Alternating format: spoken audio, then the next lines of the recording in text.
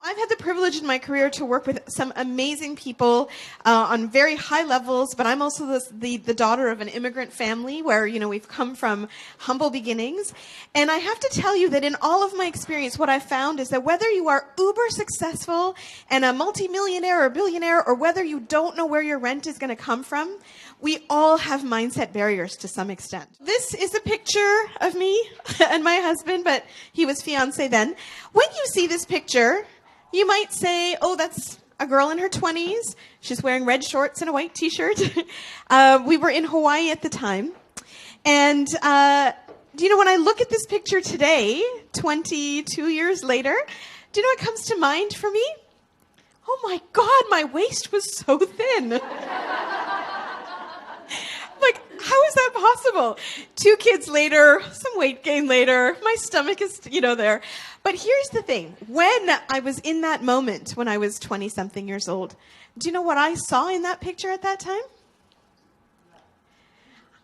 I wish I could say something really profound, but you know what was stuck in my head? My little bulge and my tummy that I did not like. Now, my husband saw this picture and he said, "What tummy? What are you talking about?" But that's what I saw. And I didn't like it. And so there was a part of me that I always felt like, I look at the picture and go, I need to work on my tummy. I got to get that down. I need it to be really flat. But now I look at it and I go, I cannot believe my waist was that thin. I can't believe that was so nice. So today, now, I just turned 45 this year. And I keep thinking about pictures that are taken of me today. And when I look at it through a certain lens, things that I like, thankfully, things that I go, But I keep reminding myself that when I'm 65 and I look back at this picture at 45, there's going to be something there that I'm going to go, oh my God, I can't believe I look that good. So this is the thing that I see among women especially, right? Why is it that we have to strive to be perfect in some way? Because at the end of the day, we are imperfectly perfect.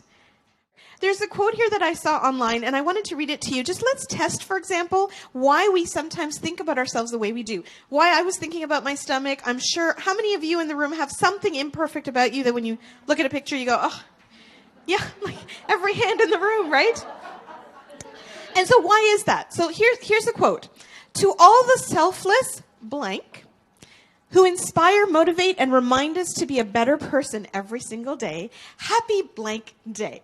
So you see the 2 cute little fingers there, a mommy and a daddy. Now, if I were to ask you the question, where the blanks are, what would you say? Would you say that it's more likely that it's a happy Father's Day message with all the dads? Or would you say that it's likely that it's a happy Mother's Day for all the moms? Just shout it out for me. Mother's Day, right? So anybody think it's Father's Day? No. Mother's, right. Okay.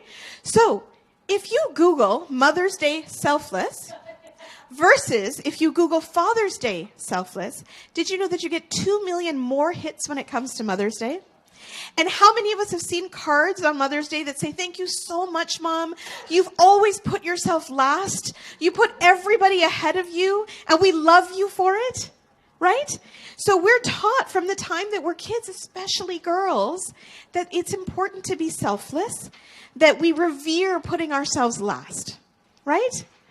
But if you think about the people that love you the most, the people that care about you the most, how many of you here have somebody that you feel you have a good connection with, somebody who looks up to you? Maybe you have kids, somebody that loves you. We're all really loved, right? Those people who love us, do they want to see us put ourselves last? No.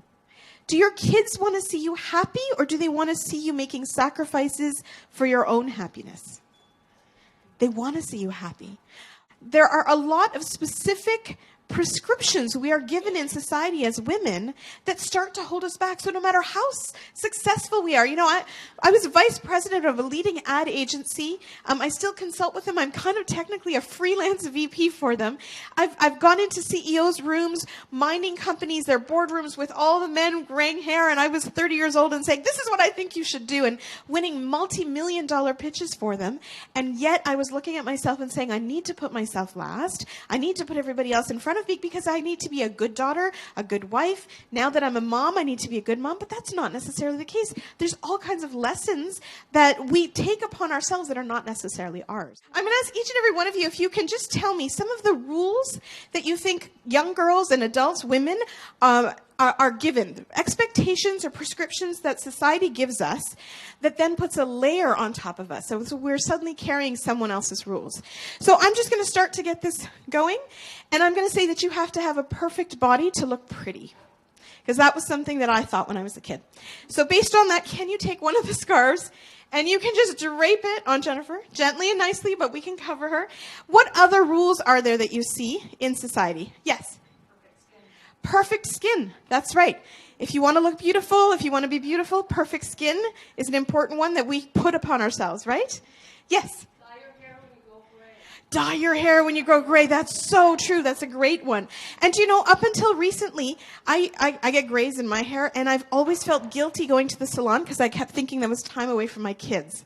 So I would be walking around with the grays coming out, and I didn't like it myself, and I still wouldn't go to the salon in time because I was like, that's just wasting 3 hours of time I could spend with my kids. So just put it right on top. Let's just cover her right up, okay? Because these are rules. Right? There we go. Okay. So we need another one. Let's do this. All right. So anybody else? Yes. That we have to be nice or agree. That we have to be nice. That's right. If we want to stand firm, suddenly we're not so ladylike, maybe, right? That we have to be nice no matter what, especially in this business. That's right. Okay. Another one. Let's go. All right. One more. Yes. Yes. Go ahead. Women can multitask better than men. That's right. So we're killing ourselves trying to balance things because we're expected to have it all, right? That if we don't have all of everything in life all at once, we're doing something wrong, right? Yes. We should be seen and not heard. We should be seen and not heard. Drives me crazy. Yes, absolutely. Okay, Jennifer, how are you doing? You okay? You're getting married. Okay, let's do two more. Yes. Oh, yes, we should be exuding some sort of sex appeal. Absolutely. Do you know when I was in India over the summer when I was a young child, I was about 14, I remember overhearing my family very kindly, very nicely saying, if only Keka was a little bit more fair-skinned, a little bit lighter, and a little bit taller, she'd be so beautiful. And I thought to myself at 14, what am I supposed to do with that? I can't make that difference. I can't be lighter. I can't be taller. But there's all kinds of rules like that, right? Okay, Jennifer, you okay? Yeah, I'm good. Okay, all right. So we will end your misery here. But here's my thing. Here's my takeaway, right? At the end of the day, here's what happens.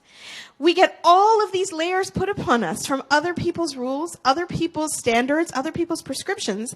And then you come to conferences or other places and you're in like-minded company with other women and we say, Jennifer, I want you to shine as yourself. Be yourself. Own it. Do it. And yet we have all of these layers and we're like, we're mentally dusty at this point, right? How are we going to shine as ourselves if we have all of these layers? So we're going to take these layers off. The first step in success for us as women is to identify what these layers are and say, you know what? I'm not having it. That's not my rule. Sorry. Oh my gosh, you poor thing. Okay, here, let's take it all out. Come on out. Come out from underneath there. Yay! And there we go. Exactly. Thank you so much. A big round of applause for Jennifer and Donna. Thank you so much. All of these things that we've grown up learning, we can't fix overnight. It takes time. But I do want you to think about, as you are here today, as you're looking at your real estate journey, as you're looking at your business and your next ventures, think about what the lenses are that you're looking at something through. Is it through the prescriptions that people have given you? Or is it through your own lens where you say, I'm not going to worry about being fair and taller. I'm going to be myself and I'm going to do what I need to. Think of a compass, right? So think of a person who champions you. Think of a person that you are connected to, committed to, and put them as your compass where you say, it's the thinking is not that I am behind you and I am the last one and I'm sacrificing myself for the sake of these people. But think about the fact that I am going to perform. I am going to be me. I am going to do everything I need to do for the sake of this compass, for the sake of the people I care about. So for me, when I started my business at first, we were taught to serve. We're taught to be humble. My clients would say, listen, I've got a really tight budget. I can't quite fit that in. Can you cut that budget in half for me, for example? Or can you knock down 25%? And my inclination was, they really need that help. I really should do it. I should be agreeable. I should help. And then I thought to myself, no, I'm putting my kids as my compass first. And if I take $10,000 off that price, then I am taking $10,000 away from my kids, away from a vacation I can give them, away from their school funds, whatever it might be. And suddenly, Mama Bear comes out, and there's no compromise for me. And I said, no, I am worth that value. I am earning that for my family and my kids. I don't tell them that. I tell myself that. But I say, no, there's no compromise there because I'm worth that value. So that intrinsic hack, think about that compass for you that's most important, and look at how you can position all your thinking. Anytime you have a challenge or something comes out, you put that compass in front of you. So I'm going to leave you with one last thought. When you go onto an airplane and they give you the oxygen masks, and they say to you, put the oxygen mask on first before you help anybody else. Ladies, if we want to be successful for the people we love, if we want to do things for the people that we love, we have to help ourselves first. I always think to myself, if I want my kids to be confident, if I want them to be free from any barrier, I have to walk the talk. They have to see me doing it, and when they see me doing it, they will follow. It's not just what I say. So think about the oxygen mask in your life that you need to put on first before you help anybody else. And throughout the course of the day today, as you dream big and think about that next step in your journey, anytime that little fear starts creeping in and you go, I don't know, can I really do this? Think of that symbol, the oxygen mask. I am going to put my oxygen mask on first so that I can help the other people all around me. Because at the end of the day, ladies, you are the greatest gift you can give to the people that you love.